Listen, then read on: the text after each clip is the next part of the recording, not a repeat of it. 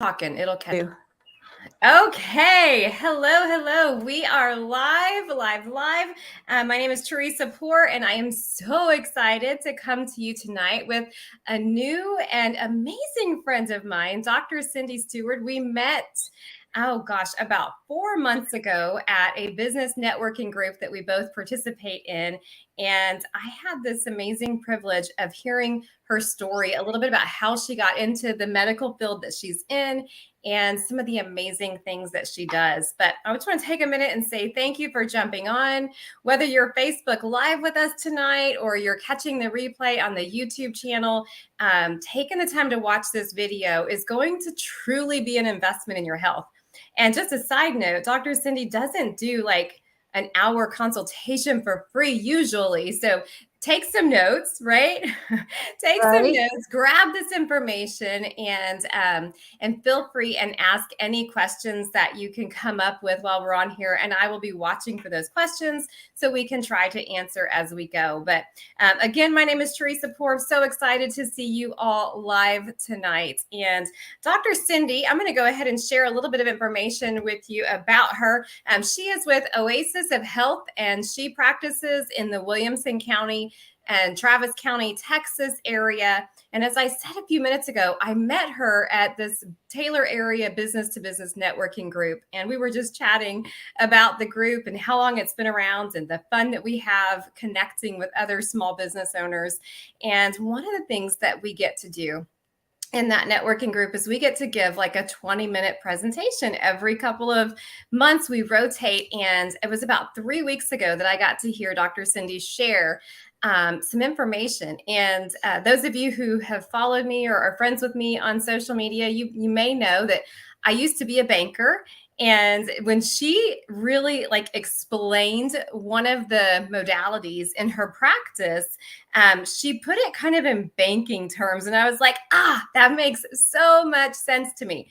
And so tonight, one of the things that we're going to talk about all kinds of stuff. We're going to talk about energetic debt. We're going to talk about hormones. We're going to talk about stuff that men need to hear but don't always ask questions about.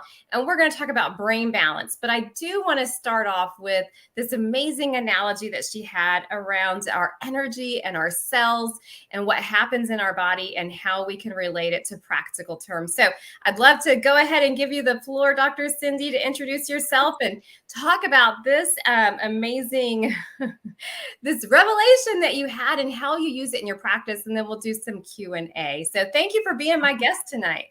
Oh, you're welcome. I'm so glad that you invited me. I hope that everyone learned something today that makes some sense to them and that will apply to their lives or one of the people that they know and love. So energetic debt is something that we kind of try to do an analogy so that people can understand what's actually happening. I have a lot of people that are saying, why aren't our bodies lasting? And what's going on? The numbers for our health are progressively getting worse and worse, and more people are getting sick younger than what they used to. So statistically, our children won't live as long as we have been living or as long as our parents lived. And there's been a 600% increase in neurological disorders in women and a 300% increase in neurological disorders in men. That's a huge change in the last 10 years. So something has definitely shifted. Right. But now we're finding that 1 out of every 6 women are going to have an autoimmune disease, and 1 out of 9 children are born with some type of a learning disability. So what's happening? What's changed? Why is everything doing what it's doing? Why are we all getting this sick? So what has changed is the simple fact that we live in an environment that is definitely not as healthy as we used to have it be. So the environment with the pollution or all of the different toxins and the immunizations, everything like that. So when you're looking at all the biochemistry that we have that's happening inside of our system and it's not getting what it used to get, it comes down to a simple analogy of we're living in a state of energetic debt.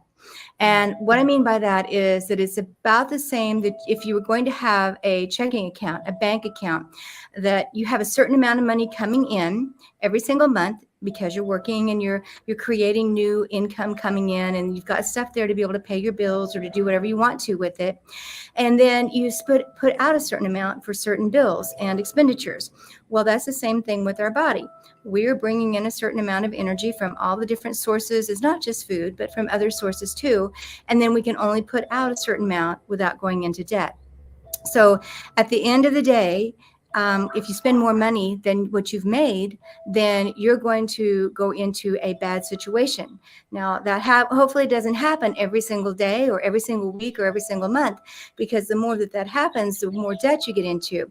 So most people have some sort of a safety net, something that they can fall back on. Like in the banking industry, they have got 401ks, or they've got a savings account or a retirement account, or they've put a nest egg away somewhere that if they needed to, they could grab some money and put it into the checking account and be okay. So they've got something that they can look into and not have a problem with. But if you start doing that day after day after day, and you keep pulling from that safety net, then you're not going to have anything left eventually. So as time goes on, day by day, every single month, you go into a state of energetic debt, just like you go into a state of negativity in your checking account, negative in your savings account. Right. So we're spending too much money on things that we shouldn't be spending the money on. And when that happens, then your body gets depleted, your savings account gets depleted, and there's nothing there left to pull on when you need it to be able to fight some kind of an infection or to rebuild healthy cells. So the question that I get commonly in practice is, what happened to me when I turned 45 years old? I was great up until that point, and then everything just went downhill from there. Why did that happen? Or what was the moment that everything just changed in my life? Whatever age it was for you. It's different for everybody. Some people make it to 55, some people make it to 60, but they're like, I felt so good up until that point. And some people, when they have children, that's when it's like, man, I had energy until I was 20 and had my first 3 kids. Right. And now I'm just totally exhausted and I can't catch up, can't seem to get it pulled back together. So somewhere in another, everything just went bad. And that's the moment when you go into the savings account and you try to grab that energy and you try to fill in that debt, and there's nothing left. You have exhausted all of your resources. There's nowhere else to pull for. Now, when that happens, the debt starts to build, and that debt starts to build and build and build and build. And when that happens, you eventually go into bankruptcy. And that's when your brain says, uh-oh, we're in serious trouble. Yeah. We're going to have to call it bankruptcy. I can't make the cells the way that I should make them anymore. I can't have the energy that I need anymore, and it can't make good information for us. So when your body goes into bankruptcy, it's an energetic reasoning, and it's very simple. So your body goes into fight or flight, and it reacts like it's in danger. It's in sympathetic overdrive. It's not doing what it should be doing, and it's constantly just trying to stay alive. It's no longer thriving. It's just trying to survive. And it reacts like it's in danger. So it's kind of like if you were running from a tiger and you've got all that adrenaline and you've been going and going and going. You can only do that so many days in a row before you use up all of the adrenaline and you use up every bit of energy in your system. You have to stop and rest and get things reprogrammed and get away from that tiger, the thing that is really causing you the stress. So in our modern world, even watching a television show or a movie that creates an adrenaline rush, in the past, if you were running from a tiger, you would use up all of that adrenaline and it wouldn't cause inflammation in your body and you would eventually get away from that tiger, hopefully. But when we're watching movies and we are having that cortisol release, that adrenaline release, and then we sit there and we don't go run it off, that causes inflammation in the body. And that causes the adrenals to get worn out and completely exhausted. And then you go into adrenal fatigue, adrenal stress, they shut down, you have no more energy. So it's like reacting and being in crisis all the time. And it's a really important distinction that we come to. We have to make a decision of what we want to do to get our bodies healthier. So the line will be different for everybody depending on when they run out of resources and the size of their safety net and when they're going to be ready to rebuild.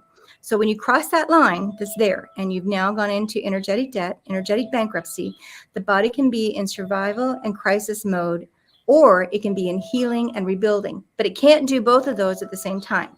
You can't be in survival and crisis and in healing. It's just not possible. Your body can't do both of those. So once a person crosses that line, now they're spiraling down and they're in a crisis mode, and their health is going down, and they're thinking, I don't understand what happened. I don't know why I'm sick now and what is wrong with me. So we take the case of someone with autoimmunity. Autoimmune diseases are increasing significantly.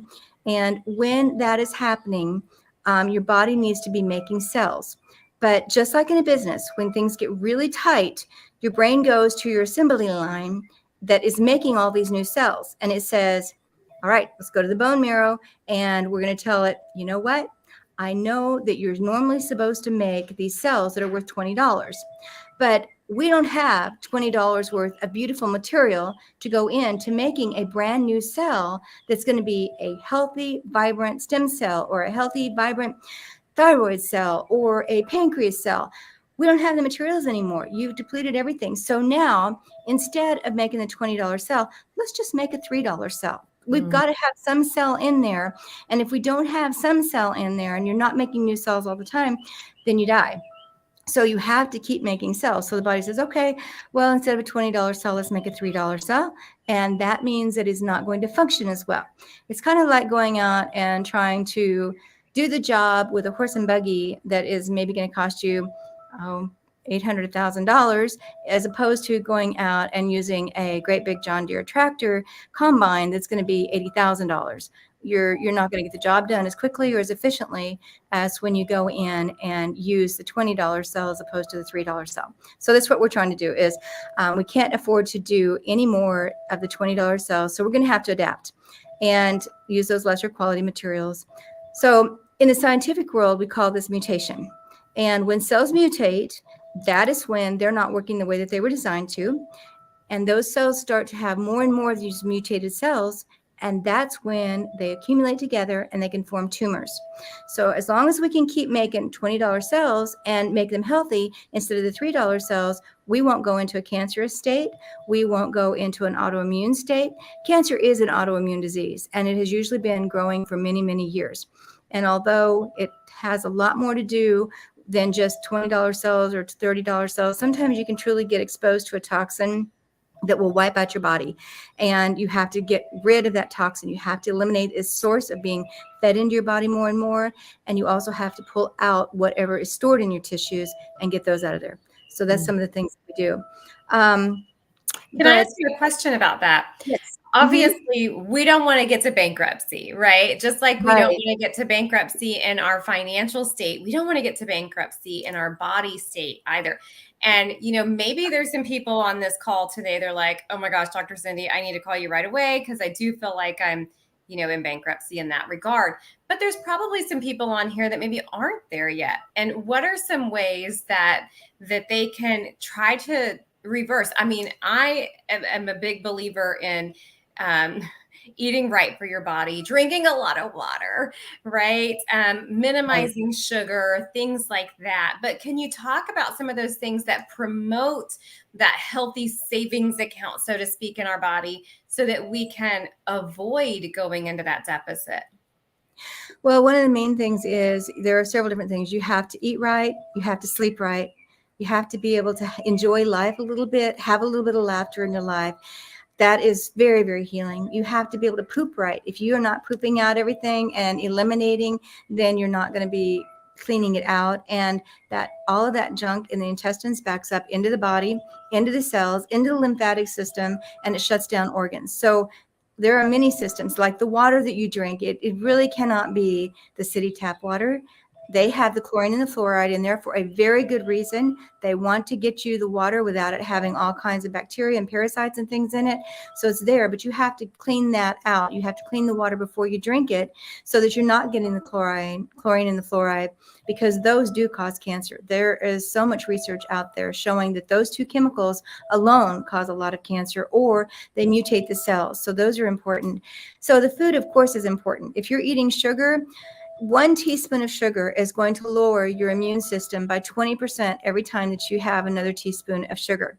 That's a lot. Gosh. So people that drink like 5 in a cup of coffee. Right. Right. They are Maybe really they lowering shouldn't your. be drinking coffee if they're having to put that much sugar in it. Yes, that's my way of having coffee is let's have about this much coffee, this much half and half, and a whole bunch of sugar. That's the only way I want coffee. So I don't drink it because it's just my thing that it's not going to be healthy for me at all. Now, if you use coffee in colonics, that's different. That is healthy for you. What And is so that? a colonic is where you can buy a home colonic kit, or you can go in to a professional and they take a tube and they put it up the rectum and they insert all kinds of water and oils and coffee enemas type things, and it will help to get into a high colon cleanse so that you can clean out that colon. And it's a very unusual experience. A lot of people want to do it until they get desperate, but I it was is thinking one of it the most. sounded good. I'm not thinking it sounds good.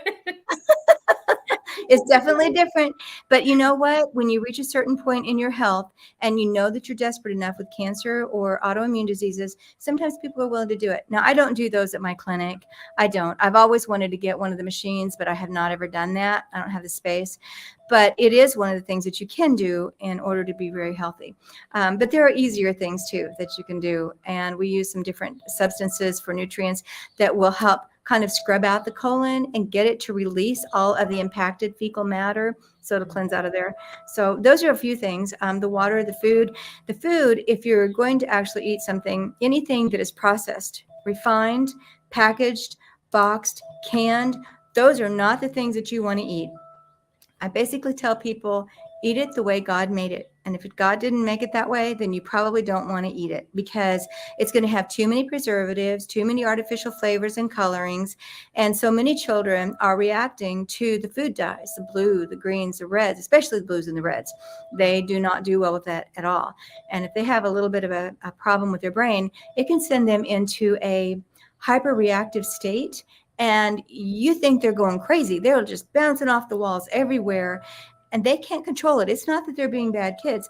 They literally cannot control the way that it is affecting their brain. Wow. So the other thing is, do not drink or eat anything that is an artificial sweetener. An artificial sweetener is going to be something like aspartame, NutraSweet, anything but stevia. Stevia is okay.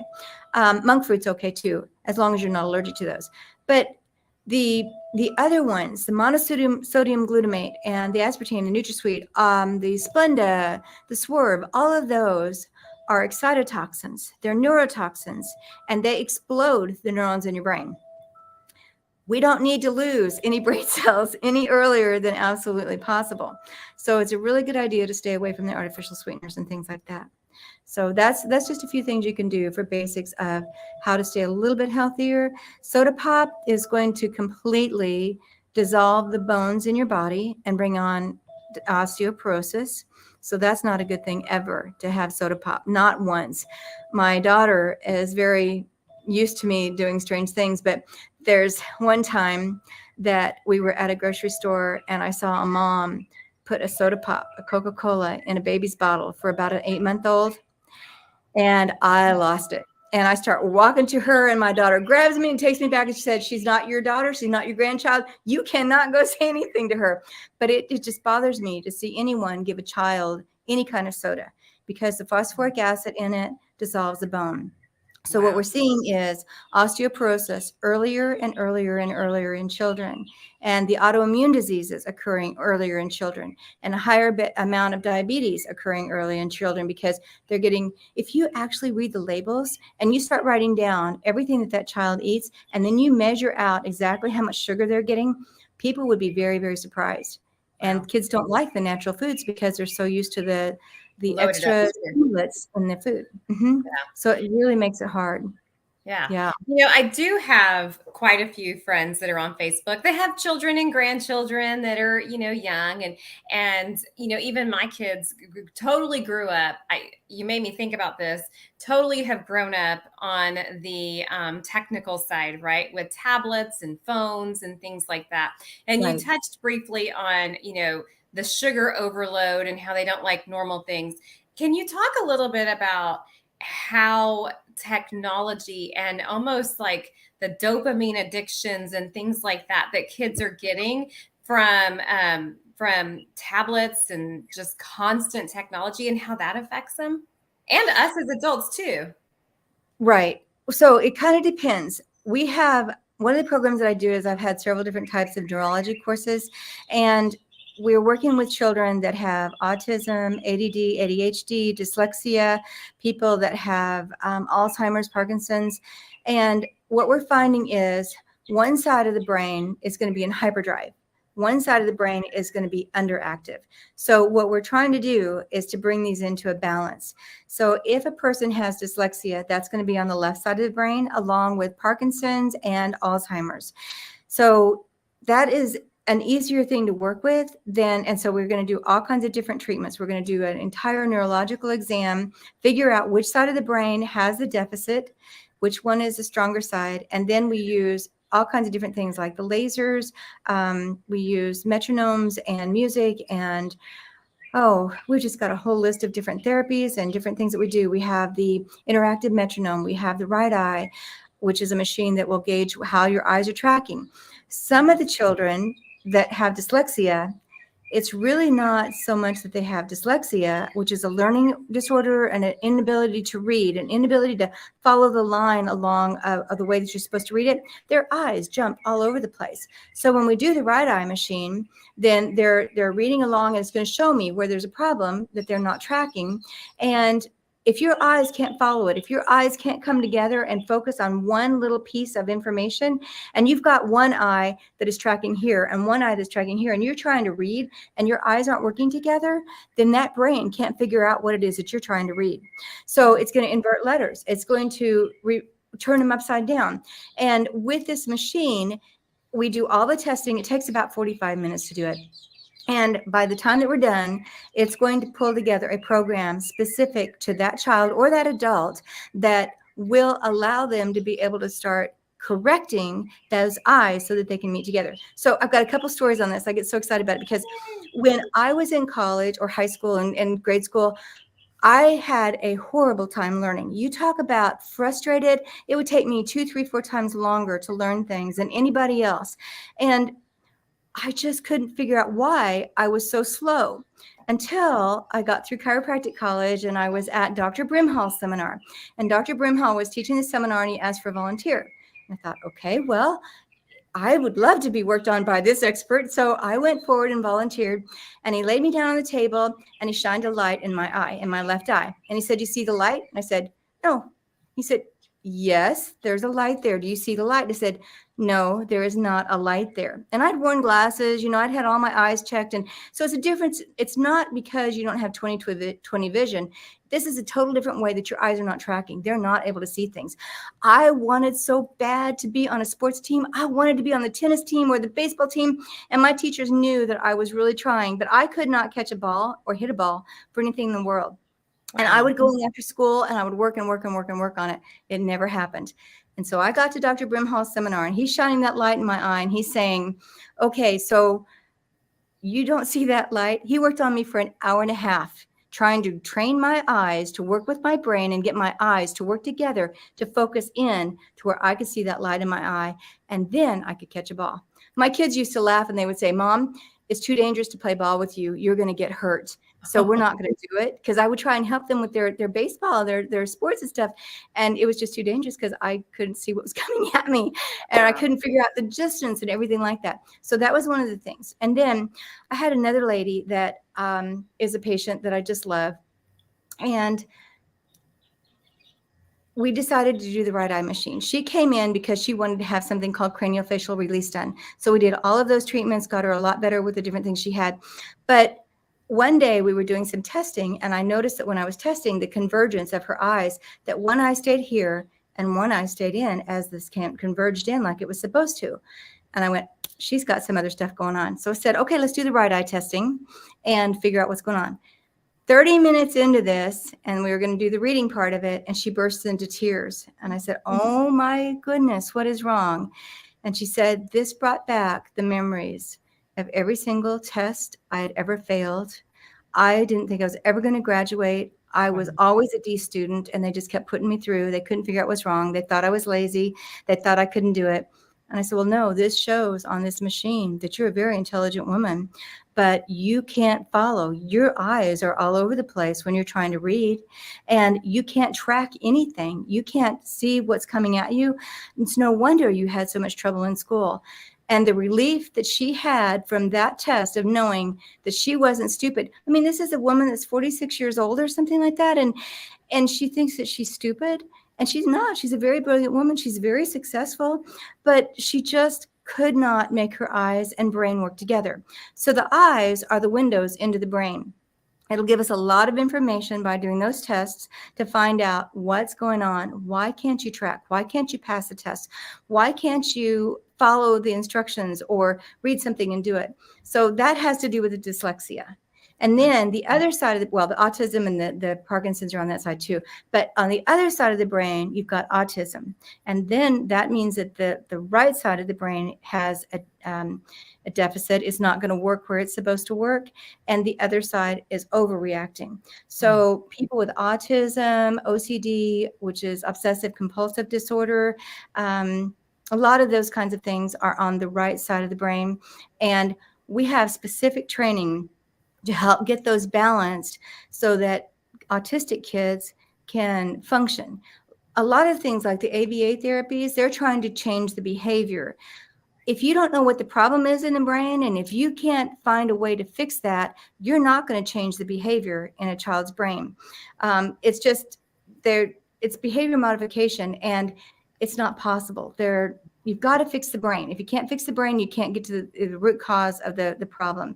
So autism can greatly be helped and changed of the way that they respond to people. These kids in autism are living in a terrible, terrible fear. It's like they are trapped inside their bodies, and they want to get out. They want to express what they want to say. We have one child that he calls his body Bob. And he can't talk to you to express what's happening. So he has this computer that he'll write the messages out and type it out. And so when you're working on him, he's fighting, he's struggling, he's kicking, he's hitting, he's biting, he's doing everything. And it's difficult to work with these kids. And then they're telling you on the computer, don't stop. It really does feel good. Bob doesn't want my body to do what you're asking it to do. And Bob is fighting against me, but I want you to keep going. I feel good when you're working on me. And if we didn't have those computer systems and things nowadays, those kids are trapped inside their bodies, and they are smart. They have their own ideas, but their brain is disconnected from their body. Literally, they can't feel their body. They can't tell their body what to do. So they're frustrated, and they're struggling, and they're terrified, because when they're disconnected from their body and they can't see what's coming at them because there's a brain eye disconnect, they're terrified. When somebody touches them, it's like the sudden surprise. They were not ready for that type of thing. And so once you get everything to calm down on the left side, come back up to a normal on the right side, they can calm down. And the parents see a huge change. Wow. So there's things like they can sit and they can talk and they can eat a meal with their parents now, things like that. So autism, yeah, that's huge. I have a couple of questions about that. Okay. Number one, you talked about the dyslexia and the Parkinson's, and what was the other that was on that side, on the left side? Alzheimer's. Okay. Are those connected in a way that people that have dyslexia are more prone to have those like Alzheimer's and Parkinson's? Or is it just those are some of the results of that imbalance? We don't have any research out there that shows that there's a direct correlation between if you have dyslexia, then you're going to go into Alzheimer's. The research just says that depending on which part of that left side of the brain has the specific deficit, it's going to manifest either dyslexia or Parkinson's or Alzheimer's, but no, not necessarily that. But what we have seen is there's a lot of statistics to show that if you have a brain deficit on one side, you will be more prone to schizophrenia or being bipolar or being a violent criminal. So there are, yes, so these kids that are watching these video games, that is the worst thing. I think that's what you started with. I'm sorry, I got sidetracked. Well, that's brilliant, though. The video games and the iPads and the cell phones are the absolute worst thing that you can put your child on, especially if they have a learning disorder or they're autistic. So we tell people you cannot have them on any of the technology the day of and the day before we're going to treat them, because for kids with autism, it's going to be something like hitting a place where cocaine and heroin would hit in the brain, and it stimulates them. So you know how some of these kids, when you try and take away that iPad and the iPhone, and they just go ballistic, they're so mad. Well, it's been hitting these centers of immediate gratification. Right. And so these kids, when you try and take that away, that takes away their good feel good hormone thing. And so they get a hit every 8 seconds when they're on an iPad game of something's changing. Some of the stimulation is coming in, and it's a constant. So they get addicted to that. And then you try and take it away and you've got a nightmare. You have got a child that is going ballistic, screaming and kicking and biting and everything. So I do not like children on any of those kinds of pieces of information. Everybody thinks it's great for, oh, I'm just going to put it on there for a few minutes and they can kill some time, but it's damaging the brain. It's absolutely destroying the brain. So the less that the kids have access to those, the better. And especially if they have learning disabilities, it causes the left side of the brain for dyslexia to go further down and the right side of the brain to go further up. So if you were already off and you were already down here and you were already up here on this other side and you go on an iPad, it's going to take it down further. It's going to take this one up higher. So it's an even bigger gap and causes more problems. So those things are horrible for people. Absolutely. Yeah. Okay. So another question, on the right side of the brain, you talked about autism and you talked about OCD and things like that. One of the things that you shared in the networking breakfast is how things pass from mother to child, right? Can any of those disorders or imbalances pass from mother to child? Like, say you have somebody, one generation has bipolar, another has OCD, and another has a spectrum of autism. Could that be related? Yes, it can be. So one of the things we check is something called primitive reflexes. And most of the time, if the children have something that is wrong in the brain and we check their primitive reflexes, then the parents also have some of those primitive reflexes that are off. I always like to have moms that want to become moms. I want them to come in and give me 1 year. Let me clean out your system. Let me get you as healthy as we can get you. And here's why.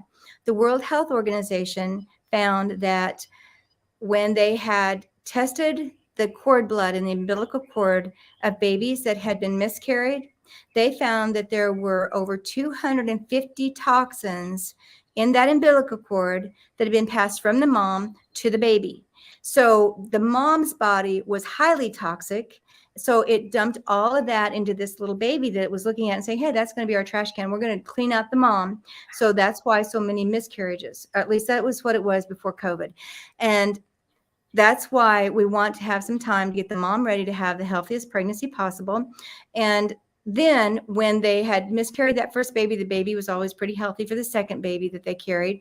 But what we found was if we can work on the mom, and even when she's pregnant with the child, if the mom has primitive reflexes that are turned on and that have never been turned off in life, then that passes on to the child and increases the possibility of the baby having autism, dyslexia, OCD, all of those different types of brain things. So what is a primitive reflex? A primitive reflex is something that should be turned off naturally within the first 2 years of life. So different ones have different things. So one of them is the rooting reflex. So you want the rooting reflex to work because that's when something touches a baby's cheek, the baby's going to turn that direction to be able to start nursing and sucking at the breast. But if that primitive reflex wasn't there, the baby's not going to know to suck or to be able to latch on and nurse. But that primitive reflex should be gone by the time that they're 2 years old. But in a lot of the people, even when they're 10, 15, 45, the patients with Alzheimer's, autism, Alzheimer's and Parkinson's, those primitive reflexes are on. Now, I don't know whether they got turned off and then there was an accident and it caused those to come back on. but something caused them to come back on, and their body starts degenerating. Another primitive reflex is going to be the Babinski reflex. So that's where you take the bottom of the foot and you stroke it up the outside of the foot. And when you do this for a baby, those toes should come up towards the head, as long as they're not 2 years or 3 years old. But anyone older than that, when you stroke the bottom of that foot on the outside, those toes should come down. That means that Babinski reflex has been turned off. What happens is there's like 9 different of the primitive reflexes that are the basic ones. When those primitive reflexes do not get shut off like they should, it stops the brain from developing and going the direction that it should on each side. This is huge. If you don't get those primitive reflexes turned off, then the rest of the brain cannot develop like it should. So that is one of the reasons that everything starts to shut down.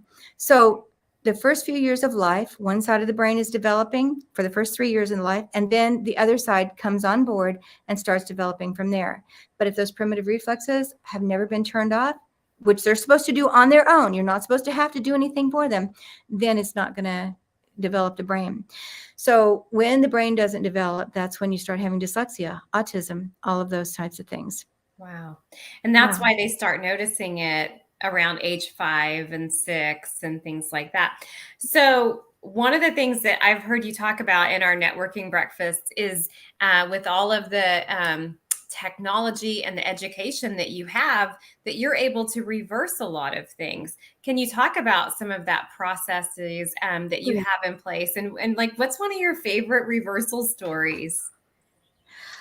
Are we talking specifically about the brain, or there's so it can be whatever you want it to be. Yeah.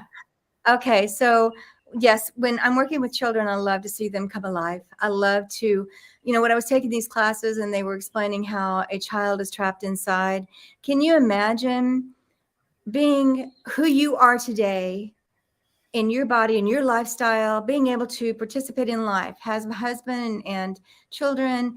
But if you had autism, it's like being a locked in person, and you can't express anything. You can't do any of the things that you think would be fun. You can't water ski. You can't walk. You can't learn to read. You can't develop. You can't be creative, be an artist. You can't play the piano. You can't do any of those things. You're literally locked inside of there. So one of my favorite things, because when I heard that the first time, I just started sobbing in the classroom. It was so embarrassing. But my heart just went out that they're locked in there, and they would do anything to tell us that they want to come out and they want to be a normal person and be able to express themselves. So I love watching these children being able to progress through the stages and be able to start talking, and to be able to start sitting at a dinner table with their parents and going to a restaurant, which nobody's ever been able to do because it's too chaotic. So that's one of my favorite things that I like to do. Wow. Yeah. So we have to look at a lot of different things, though, too. It's not just the brain development. So we use things like the lasers. I have a hyperbaric oxygen chamber that I use for those children with brain problems. That sounds exciting. Oxygen chamber. It's a great big chamber that you get inside of, and most of my patients will sleep in there. And you have a little nasal cannula, and it's putting in concentrated oxygen, and then it's under pressure. So we gradually take the pressure up from 0 to 4, and it's not uncomfortable at all. It's just like getting into an airplane and taking off and changing the altitude and clearing your ears and stuff like that.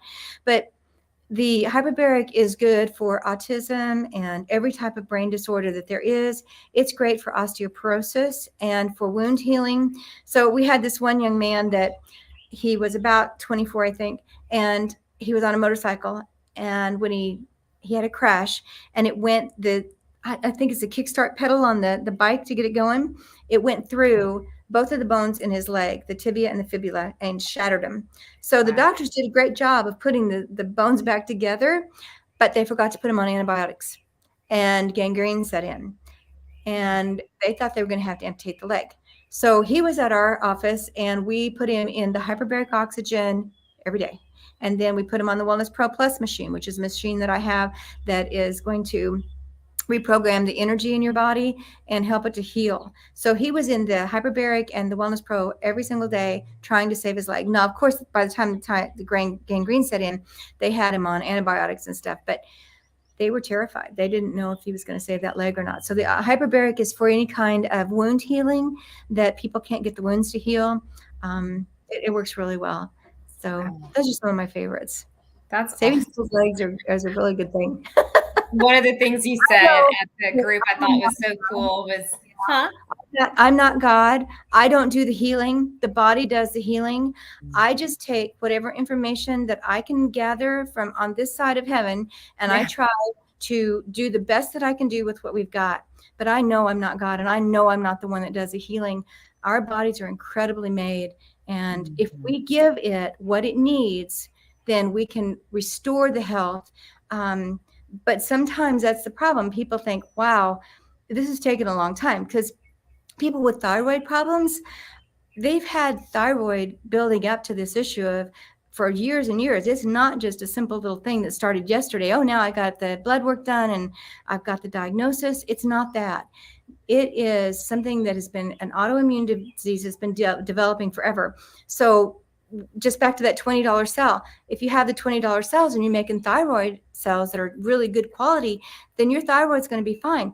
But when you start running out of stuff and you make that $3 cell, as long as you have more than 50% of your thyroid having high quality cells, then you're going to be okay. But it's when it kicks over that 50% edge and now you've got 55% of your cells that are really, really deficient and they've mutated, that's when the immune system looks at it and targets it and says, whoa, that's not me. That's not myself. That's not a cell that's supposed to be here. And it starts attacking the thyroid and destroying it because it says, hey, this is a foreign invader. We got to get rid of this thyroid.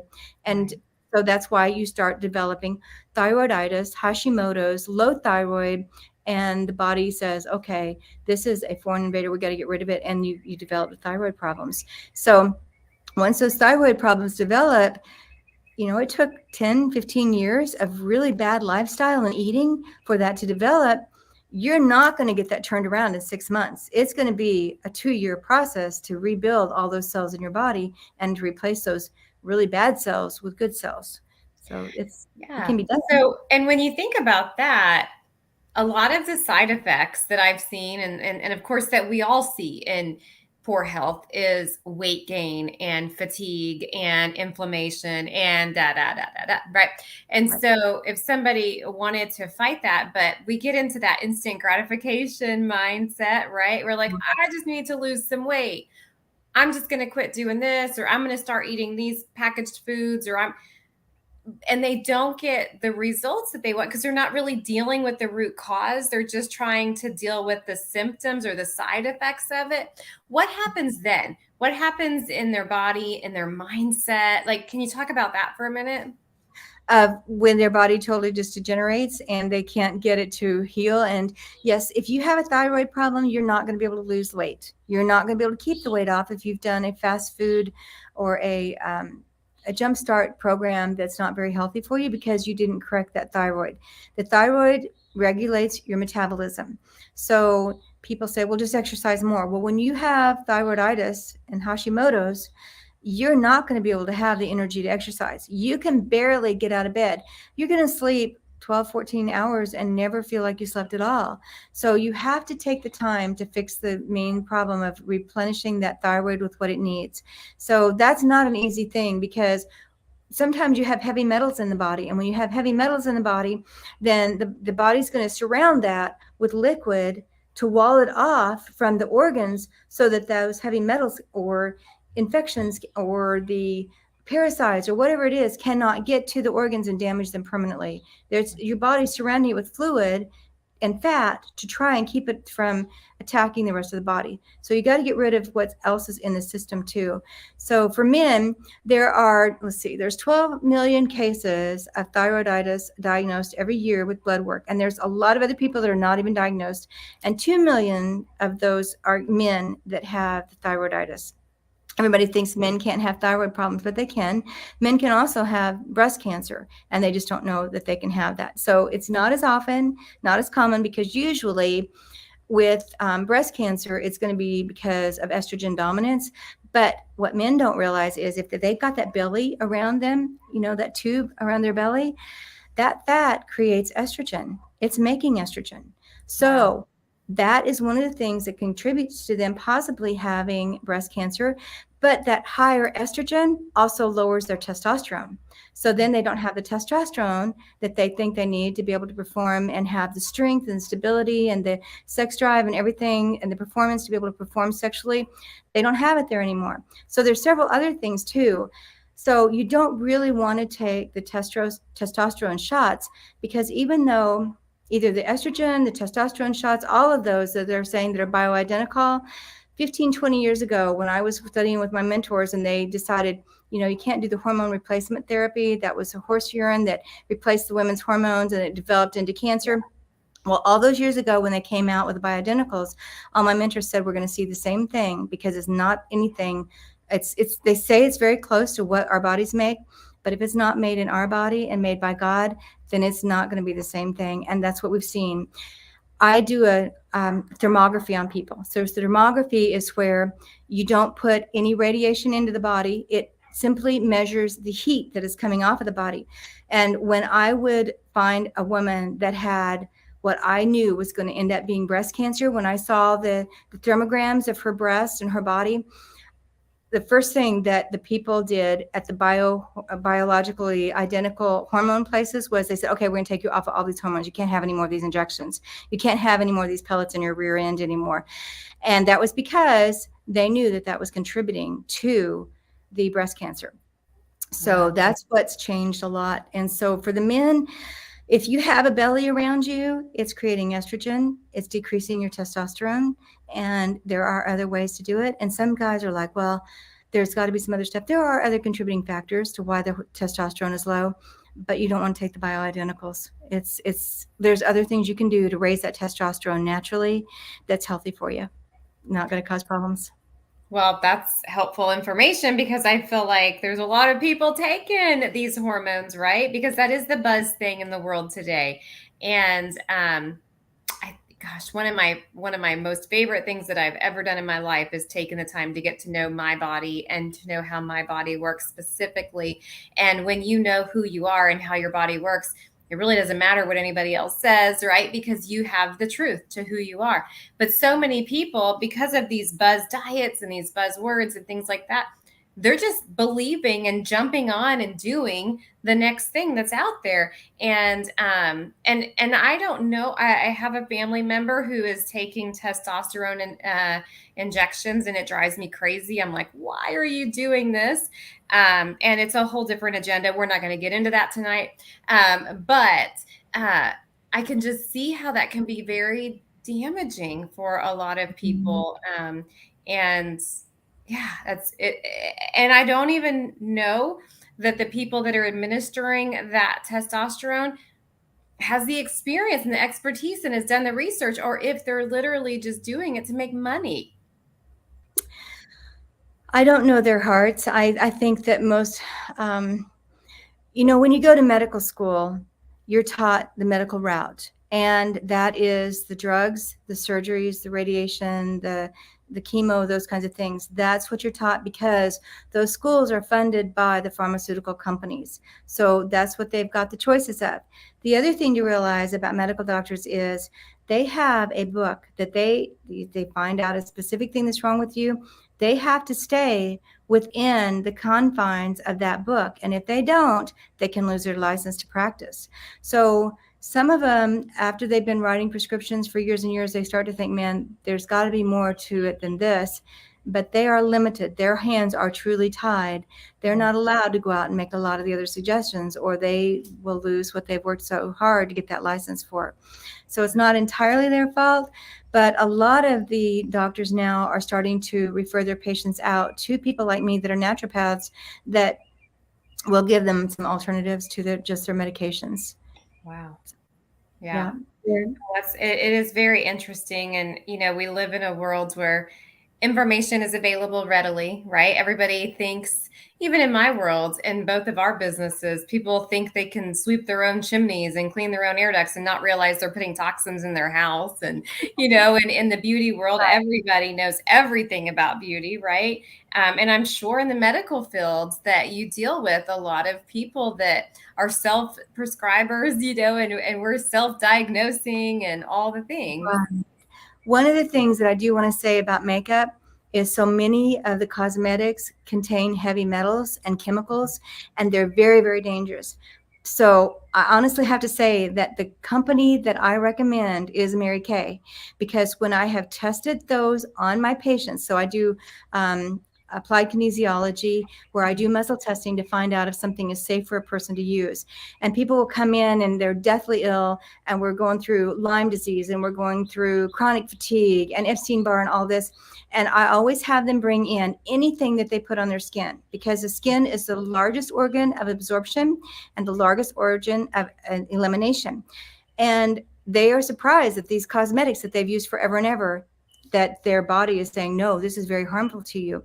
But the Mary Kay products always test out fine and safe. And I think that they're one of the best products, just because I know that when I finally convince somebody, you've got to change to a different makeup company, and this is the one I recommend. When they bring those products in to test on their own body, they test fine. They test that they're safe to use. So That's yeah, brilliant. Yay. I love to hear that. Love to hear that. And Mary Kay has been around since 1963. And one of the things that we have dermatologists on hand, and Mary Kay takes so much pride in the products that we use. And it's so good to hear that testimonial on there. So thank you for sharing that. Makes me even more proud to represent such an amazing company. Yeah.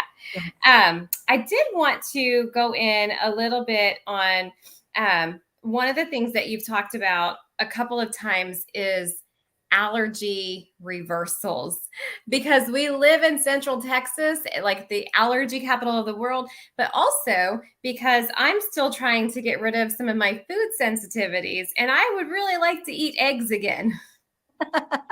Okay. All right. So I use a technique called NAET, and it's an allergy elimination or an allergy desensitization.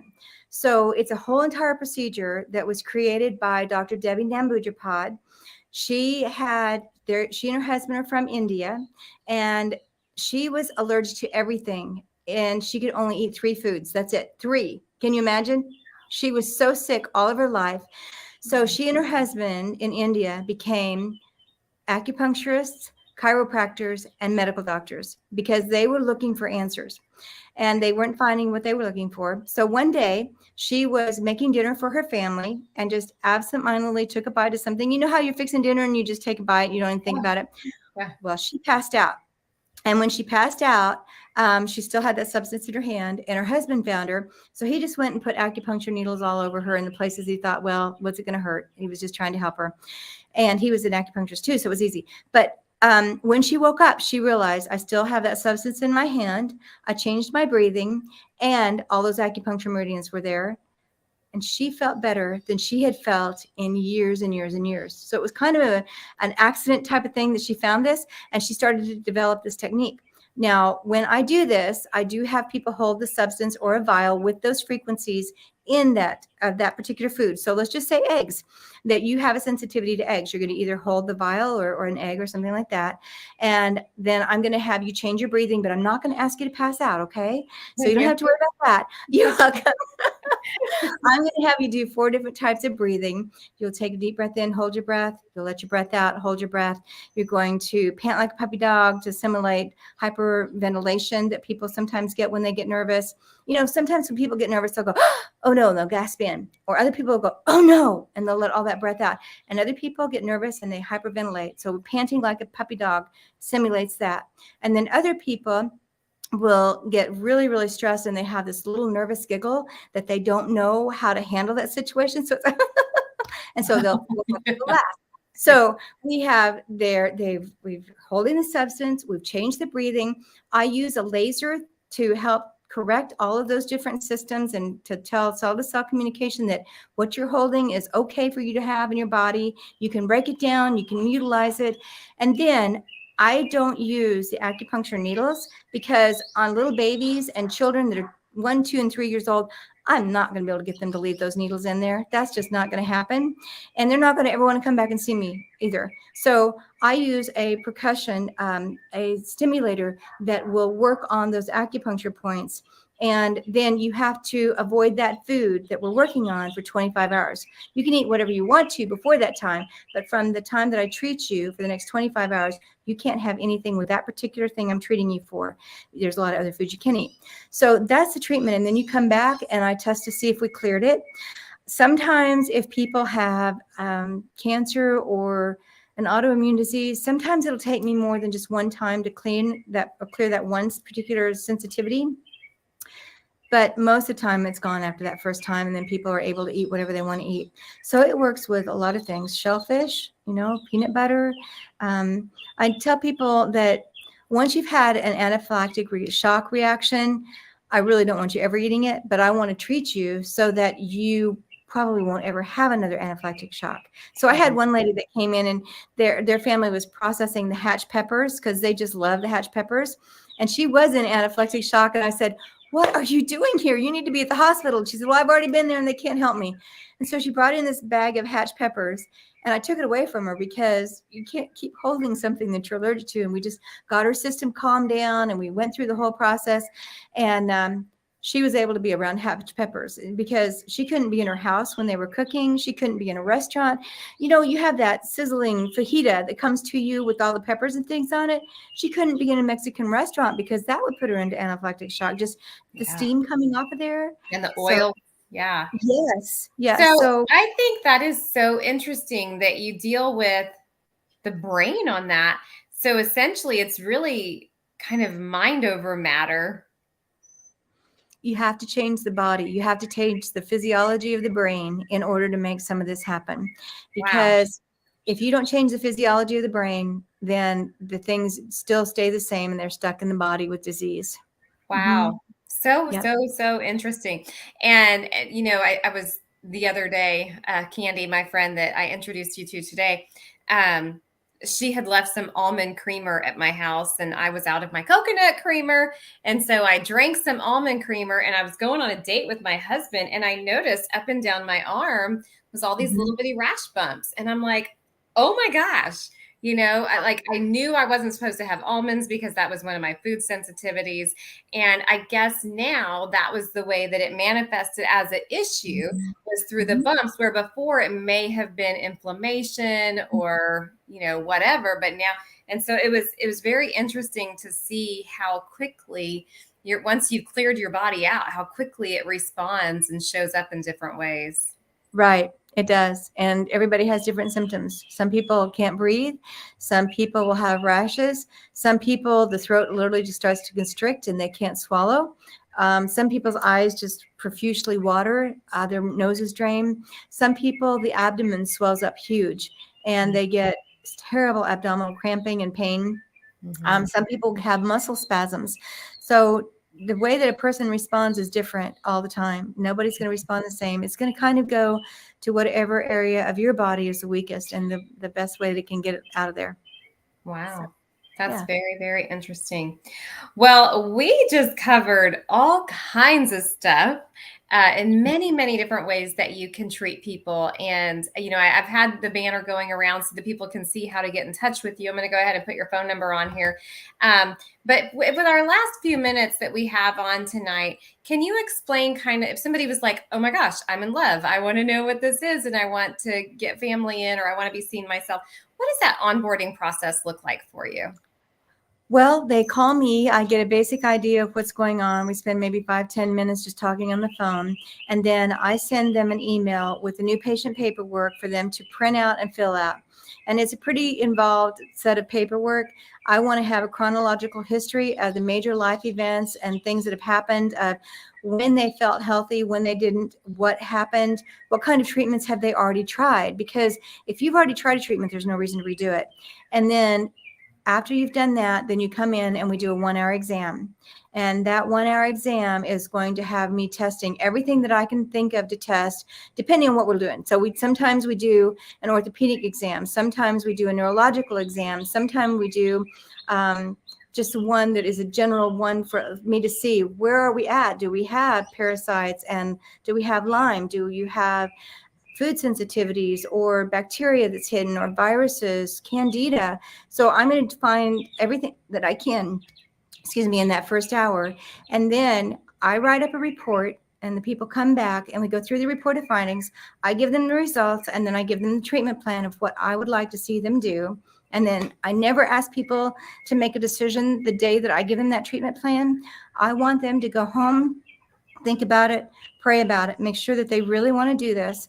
I do not like buyer's remorse. I don't like high pressure sales on myself or anybody else.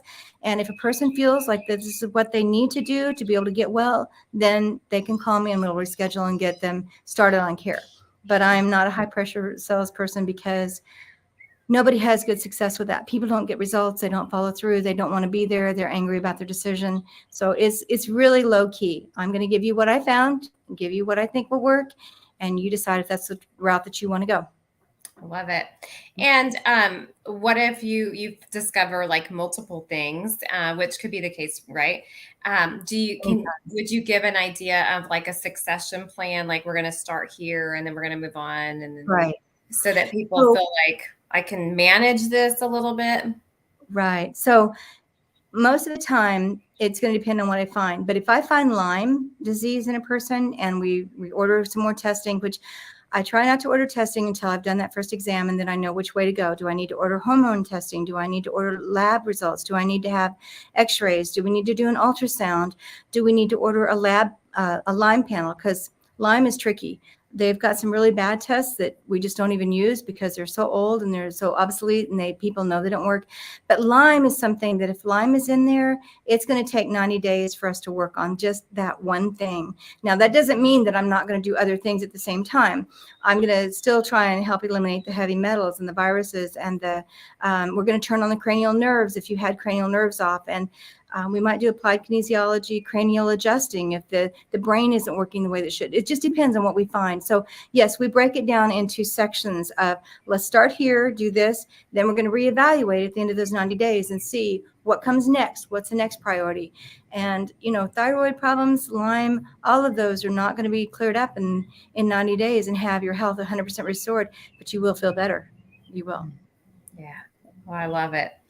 Well, thank you so much. I'm so grateful that I got to connect with you. Our friend Teresa Schneider I guess you guys have worked together for a while. I know she wouldn't mind me saying that since she brought you in, but she loves you. And I'm so grateful that she brought you to our networking meeting and we got a chance to get to know you, and just your willingness to share your heart. One of my favorite things that you shared at the networking group was that, your profit goes back into investing in your business to have better machines and more technology and more research. And to me, Dr. Cindy, that says you really have a servant's heart. Your goal is to really improve lives for people. And that's so, amazing. And not everybody's in business for that reason. And I think it's beautiful. And just hearing your stories tonight about the things that have broken your heart and made you want to serve people on a new level just, makes me even feel more confident and loving to be in your space and refer people to you. So thank you. Thank you. Okay. Yes. Well, friends, you can certainly connect with Dr. Cindy. I'm going to put her website back up here again, and feel free to share this video with somebody. If you know somebody that's dealing with any kind of brain balance situations, maybe somebody that has any of those ailments that she talked about, with dyslexia to autism to any of those things, or hormone issues, male, female, all of us are at different levels, or we're reaching that point and we're like, gosh, 45 is right down the street and I want to feel good and look good and do all the things, reach out to Dr. Cindy and share her. But thank you for your time tonight. Thank you so much for being on. Yes, thank you. Yes, yes, yes. Okay, everybody, have a wonderful night. We'll see you soon. Bye. Bye.